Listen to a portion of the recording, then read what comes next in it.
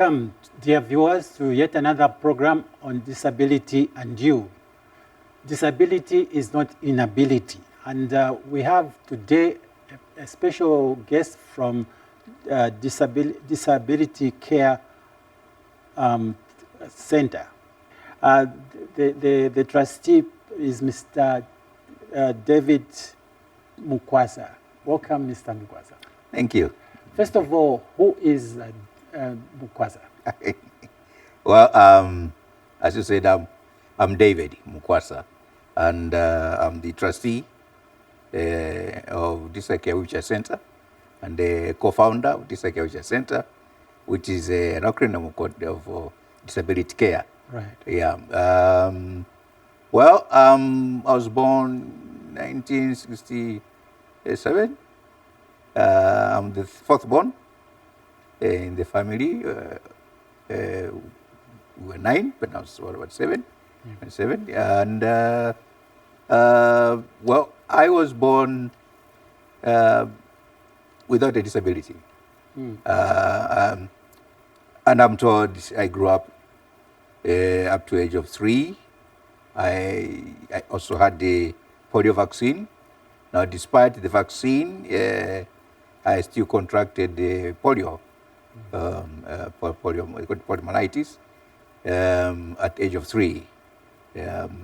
We had moved, my parents had moved from Chingola to Chinsali, and that's where I got sick. Yeah. I grew up like any other child, because my parents did not treat me special, Yeah. or differently. Yeah. I grew up like anyone else. Yeah. I was playing with them. Mhm. I had, like small boys play around and all that. And with my wheelchair, I was a center of attraction among my peers, Yeah. But, Yeah. but during your daily activities as a child, when you were smooth, you were accepted, or you faced some stigma, or Well, no stigma at all. No stigma at all. I didn't even know that I was different from them. Okay. Of course, you say, okay, these guys are working, but Yeah. but everybody made me feel at home. Yeah, and I remember my mother even taught me how to wash my own socks. Wow. As growing up, your pants, you learn how to make your bed. So I was like any other child in the family. Yeah, even these guys, my brothers and my little sister didn't, because we were among the families and relatives. Yeah. So, I mean, there's no difference at all. Yeah. Yeah. I grew up, and then so I was, I did my primary school in Kasama at Church Chepela School for persons with disabilities. At that time, it was called Church Chepela Wansongo School for the handicapped children, because those days they're using the term handicapped. Yeah, so we were the first ones to open that school in 1976. You can imagine it, and it was the first time I'm leaving home to go and be alone. I think I cried for some days, but it eventually got used. That's how we when you talk about the free education of today, I think we are the ones who enjoy the free education because we had free books, pencils, uniforms, everything, wheelchairs, everything was provided. So our parents did not have to spend a way on anything. So including Colgate and toothpaste and polish, school polish, and shoe polishes and things like that. I think it was good growing up at school. Right. Yeah. And how did you rise in your rank and file to where you are today?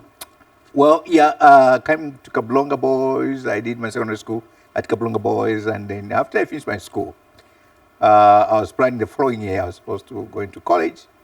Now, a friend of mine approached me. He's now late, Felix Rimba. But at that time, in 1995, he was a medical student in his 5th year. Yeah. So he came and said, look, because he's a family friend, he said, look, I'm thinking about setting an organization, I think we need to take charge of how to make our own charge of making our own mobility aids, because as a wheelchair user, all wheelchairs are imported into the country, and once they break down, they're not spare parts. So you kind of get stuck, and if it's broken, you have difficulties to find a welder who do a good job. Yeah. So him was working, he was using a brace. He also had a problem with the brace, because when he goes to UTH orthopedic department, they'll make a brace for him. It will not be comfortable. So we'll make adjustments to it. And so when he goes back, they'll say, you don't have to touch this thing. Don't make charges. We are the professionals. We know what's suitable for you. So with that fight, he said, no. I want to do my own thing. I want to make my own thing. So that's how I started. And that's how I was, you could say, recruited in disability rights movements. Okay. I really don't take myself as an activist or an advocate. I just feel just this guy who loves being independent and who loves to be free and enjoy every right that I have as a human being.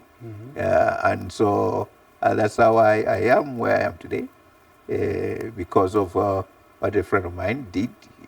A gift in you, God puts it there.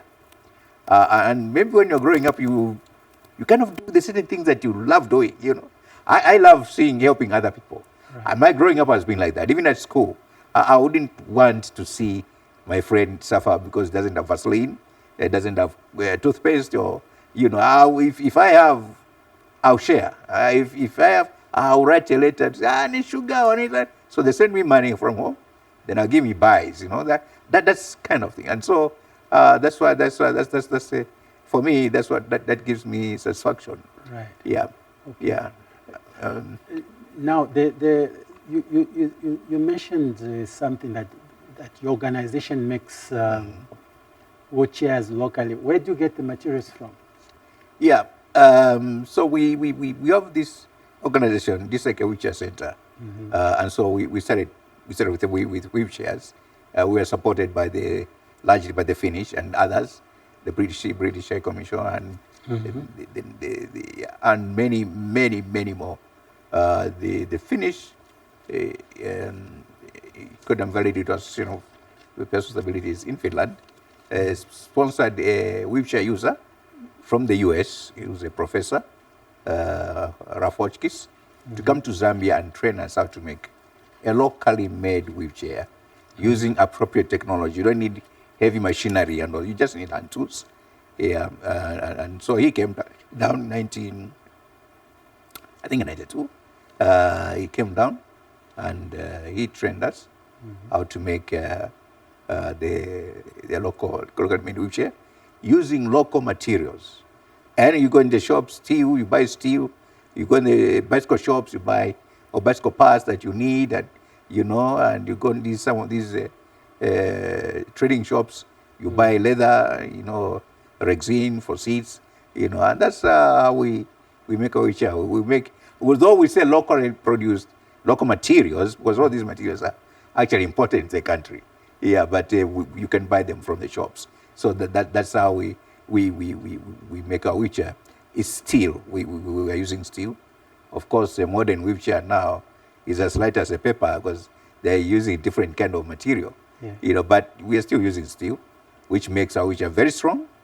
We are looking at a wheelchair which will be very strong, durable on the safe surface, terrain, rough terrain. It's flexible. It's rough. It can withstand the rough terrain. It can maneuver in a rough terrain. Rough terrain, I mean sand places, stony places. This wheelchair is adaptable. It can maneuver. So that's the kind of wheelchair that we are making. Just on Saturday, Friday, last week, we delivered one in Mamba area, typically in the villages, up somewhere. Yeah. So that is what we do. We're still using appropriate technology, which is basically hand tools, which is now obsolete. So we need to re-equip the workshop. my family has been very supportive, so to say. Yeah. Yeah, very supportive. My brothers, like here in the studio, I've come with my brother. Yeah. Aubrey is, I'm abusing him as a personal assistant. You know, and this is a thing that people don't realize, that even me as a person with a physical disability, I need at some point I'll need a personal assistant who help me. You know, like I'm growing old now, so I can't do things that I used to do when I was young. Yeah. And so I'll need a personal assistant to help me around, maybe push a wheelchair, help me up, and and all that. So that's the kind of I'm abusing him. Right. But it's his family. Right. They support my dreams. They support to see that I also succeed like them. So as an organization, we employ persons with disabilities across, but basically we concentrate on those with physical disabilities. We have one who's deaf, and also we employ also others who don't have disabilities. So it's an inclusive kind of approach into in our employment structure of the organization. Yeah. Okay. Are you nationwide, or you just in Lusaka? No, currently we are just in Lusaka. But we did run a project where we trained people across the country. We trained people in Kasama, I think Eastern Province, Southern Province. In fact, some came as far as Northwestern Province in wheelchair production and wheelchair maintenance and repairs. We did not only train them, we also gave them equipment, tools to use. So the idea was to set up satellite workshops around the country, so that if you are in Luapula, for example, in Chief Kazembe's area, your wheelchair breaks down, you don't need to drive all the way to Lusaka to have it fixed. Somewhere there within Luapula province can be repaired. If you're in Western Province, somewhere in Western Province, somebody should be able to repair a wheelchair. We use mostly bicycle components, which makes it that we know that in the village, in any village, given village, there's always a bicycle repairer. Okay, so if it breaks down, a bicycle repairer will fix the tires. The tires we use are mountain bike tires, which you can get anywhere you go. Right. The seats, we know that in every village there's at least a tailor. You know, they can make a seat for the wheelchair. So we try to make it as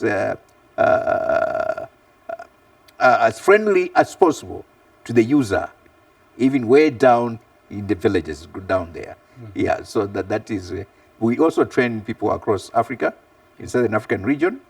As far as up also West Africa, like Nigeria. We train some people, somebody in Nigeria. And Angola, of course. Mozambique. Malawi. We've trained people there. So we make our products. We make wheelchairs. Now wheelchairs are different types. I know everyone thinks a wheelchair is just a wheelchair, but a wheelchair it's like shoes. You know, you wear shoes. If you are size 5, you can't wear size 8. You can't wear size 3. You know, but we've seen people give wheelchairs even to babies. You know, an adult wheelchair to a baby, and poor child is just lying in the chair. You know, so we make children's chairs, standard ones, and children's chairs which are customized, meaning you have to assess the client, the user of the wheelchair, who needs to buy a wheelchair. For example, if you came and said, no, I need a wheelchair for my child, we will try to find out what's the disability. Is it cerebral palsy? Is it what? Is it polio? Is what? So we need to see the child. We have to assess the child. Our friends in the Western world, they don't just sell wheelchair like on the shop. They want to get specifications. So we assess the child and see, okay, this child is cerebral palsy, needs a child's chair, and it needs accessories to keep the child in the seat, so that the child does not develop secondary deformities. You know, so we do that. We also make adult medium chairs, adult extra large, which are for those who are very big, very big.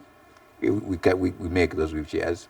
We make tricycles. The tricycle we make is basically for business, for those at long distance, those who are farmers, who got shop traders. They can get this tricycle. It can carry up to about maybe 100 kg at the back, so it's very user friendly. We make a bicycle ambulance. Bicycle ambulance, we make a trailer, which is a stretcher. It has a covering, and you hook it to the bicycle. We can also make we've got the capacity to make a motorbike ambulance. Yeah, we've been trained to do that. A motorbike ambulance is again, it's a trailer which carries a stretcher and is hooked to a motorbike. You know, so those are some of the products, and then we make crutches, working frames. Excuse me, working frames, and then apart from mobility aids, also make general commercial products. You know, from steel. Basically, you know, it's a metal fabrication workshop, so you can make anything you want. You know, you want grill doors, gates, and things like window frames, things like that. We can make. Right. Yeah. All these are made by people with disabilities. Yes, yes. They'll make and they'll come and fit to your house. Okay. Yes. They do that. Okay. We make ramps. Ramps are, for some people don't know what is a ramp, but a ramp is basically is a tool that you use to put where there are steps, so that I don't know, ZMBC, your neighbors, they have our ramps. I don't know. I think they are over 8 years old, so they're still there. They still use them. You know, I see everybody now uses ramps. Yeah. You know, yeah. Okay. But like here, you need ramps for yours to come to stage up here at the studio. Yeah, things like that. Yeah. Right. Okay. You mentioned motorbike ambulances. Can you elaborate more? Well, technically, motorbike ambulance basically is a trailer. You make a trailer, and that trailer you design is said that it can be hooked to the motorbike, and in the trailer, it can carry a patient. You make a stretcher or a bed for the patient to lie down, you know, and you cover it, and then hook it to a bike, so the bike can take the patient either from the village or some health center in the village to a district hospital. You know, that's how it operates. And basically, it's on the same principle with a bicycle ambulance. Right. The idea of a bicycle ambulance is at every village, maybe at the headman's place or the chief's palace, there must be a bicycle ambulance. Especially, it's very useful, especially for our mothers in labor. You know, if a mother is in labor and the complications, they need to be rushed to the nearby health center. You know, quickly they get that bicycle ambulance and then ride the patient to the health center. Right. Yeah. Okay. Having said that, can you safely say that your organization is in the forefront of inclusivity for the people living with disabilities? Yes. If you're looking at, especially at angle of job employment, you know, employment. Yeah, we are. Okay.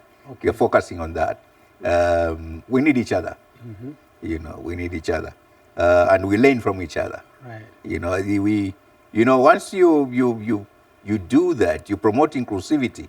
Eventually, this morning I was talking to someone who said, actually, when they're talking about inclusivity, it's a wrong term. They should just keep on streamlining the mainstreaming of disability in every aspect of life. Right. You know, yeah. But anyway, what you are saying is, as I was saying, growing up, I didn't see disability in myself. Yeah.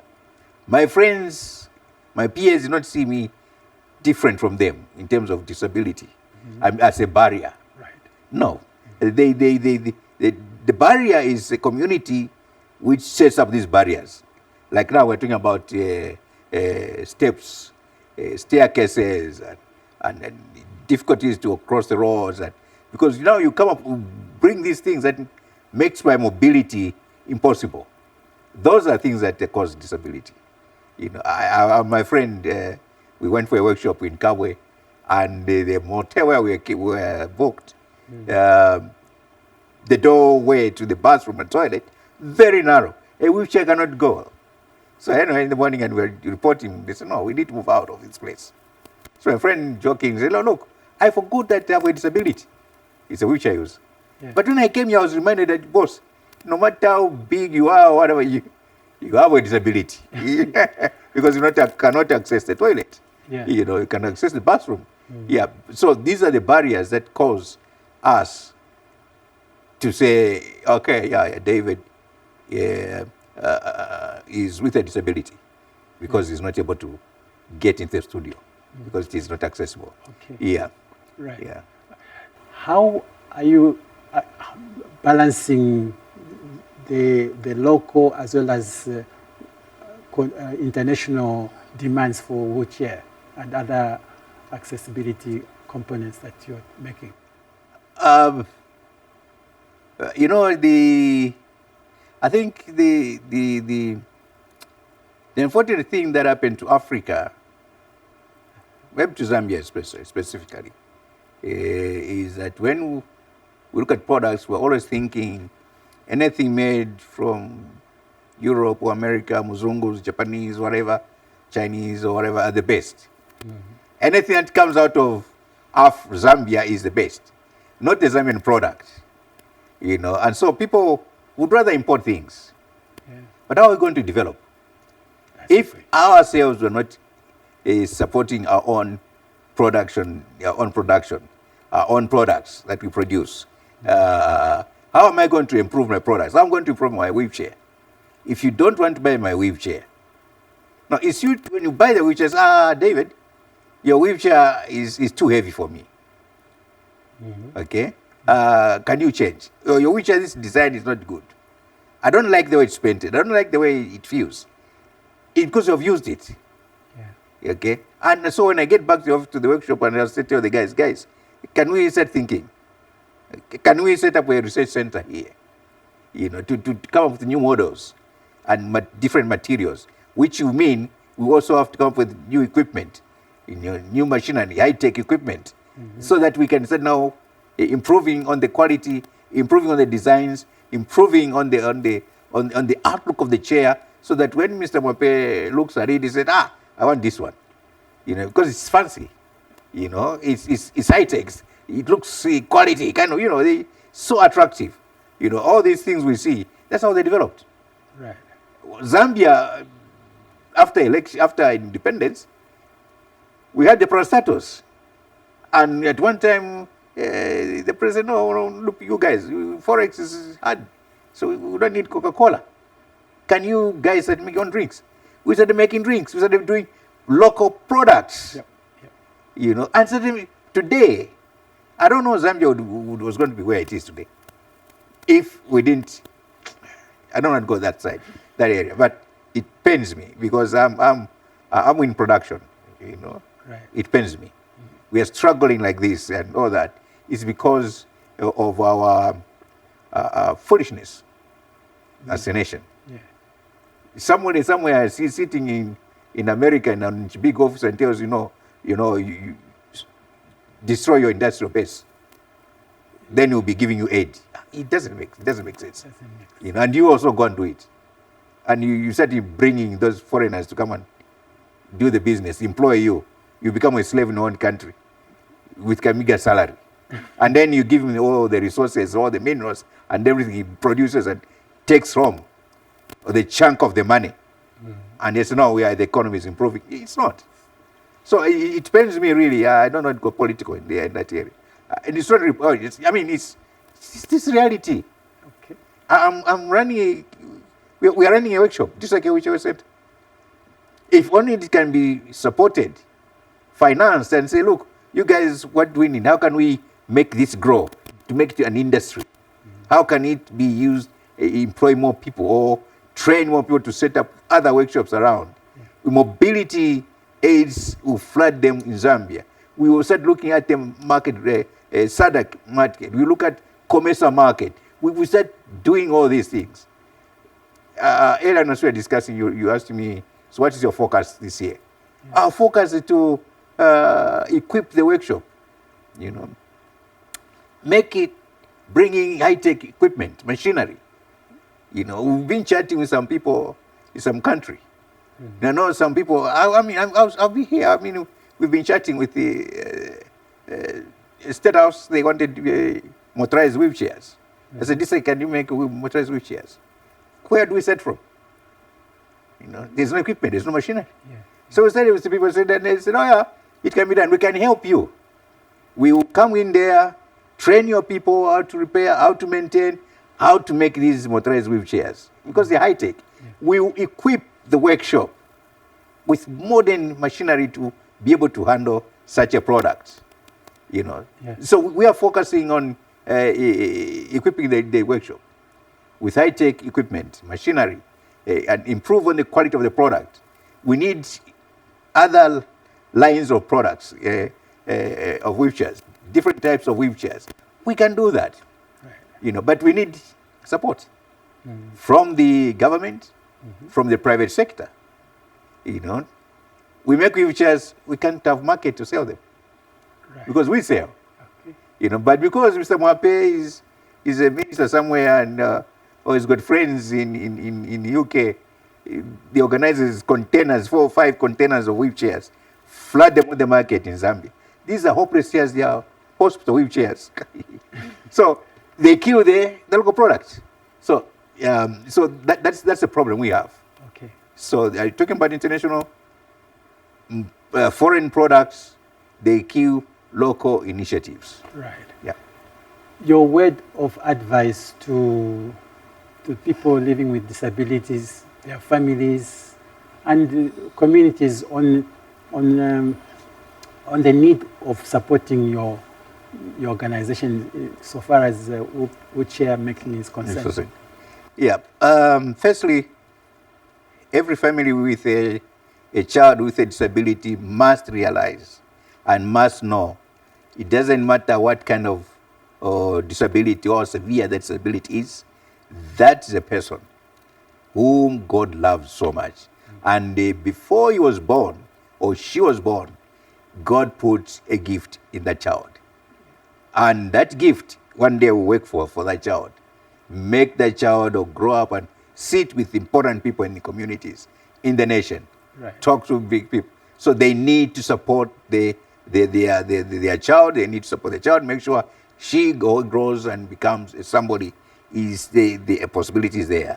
For persons with disabilities who are out there, it's not the end of the world. You say, no, me, I'm just a beggar in the streets. You see, even in you, there is something you can do. If you can do something, all it takes is for you to realize it and come and look for your friends, like people in Disacare. So you guys, how can I go about this? We'll help you. People out there, I would like to say, please support local industry.